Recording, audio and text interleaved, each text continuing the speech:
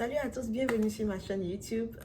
C'est un plaisir d'être là, de causer avec vous. Comme d'habitude, ça me fait toujours plaisir. Et aujourd'hui, je voulais répondre à une question curieuse que plusieurs personnes m'ont posée.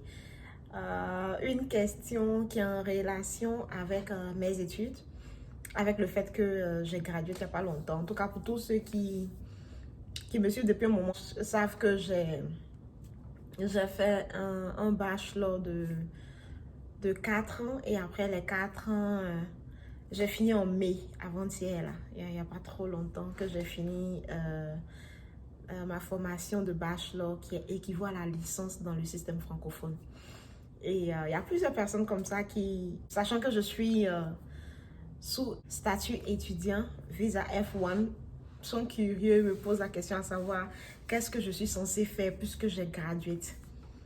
Alors, je voulais répondre à cette question et expliquer à ces personnes que normalement, quand on graduate aux États-Unis avec un visa étudiant, on a une certaine période qu'on te donne où tu as la possibilité d'appliquer pour le permis de travail pour un an, entre 1 an et 3 ans.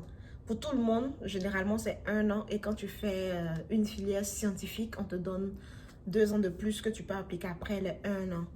Alors, il y a une période bien précise, c'est-à-dire 2 mois avant la graduation ou 3 mois après la graduation.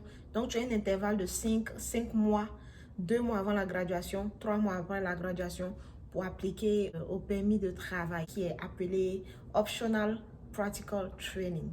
Donc, c'est une option en fait, c'est pas une obligation comme le nom le dit, optional. Donc, c'est optional, c'est une option en fait. Alors, l'étudiant a la possibilité. Si l'étudiant veut utiliser cette période-là de training, l'étudiant a la pleine possibilité de le faire, a le droit de le faire.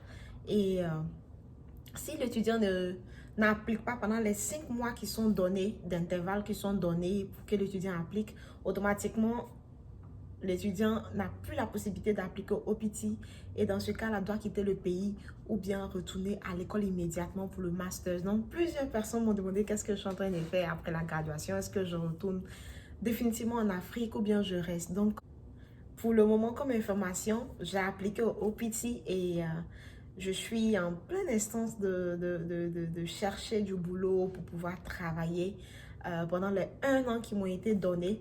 Et comme j'ai fait un STEM, c'est-à-dire tous ceux qui sont dans les sciences et autres, donc j'ai la possibilité après les 1 an d'appliquer encore pour 2 autres années. Et on verra au bout de 1 an, si je sens que j'ai envie d'appliquer pour les 2 autres années, je le ferai. Dans le cas contraire, certainement voir si je dois retourner à l'école, je le ferai. Ou bien si j'ai une bonne opportunité que je dois rentrer au pays.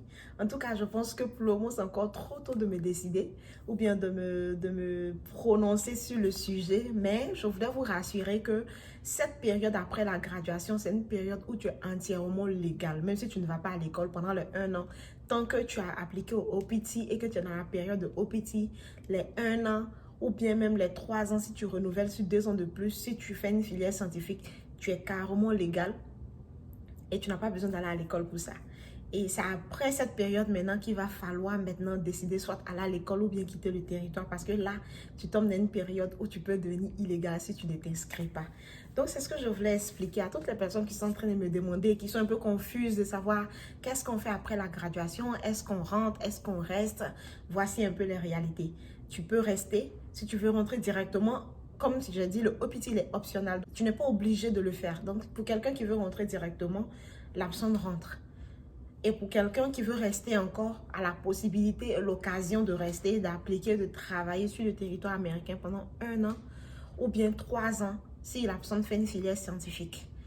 Et après cela, maintenant, il faut décider de rentrer ou bien retourner à l'école pour le master. Donc, c'est un peu ça en fait. Et pour tous ceux qui sont en train d'appliquer pour le visa ou pour tous ceux qui sont encore étudiants qui me suivent, il est important de rappeler cela parce que je connais quelqu'un dernièrement dont on m'a parlé qui n'a pas pu appliquer au OPT parce que la personne ne savait pas.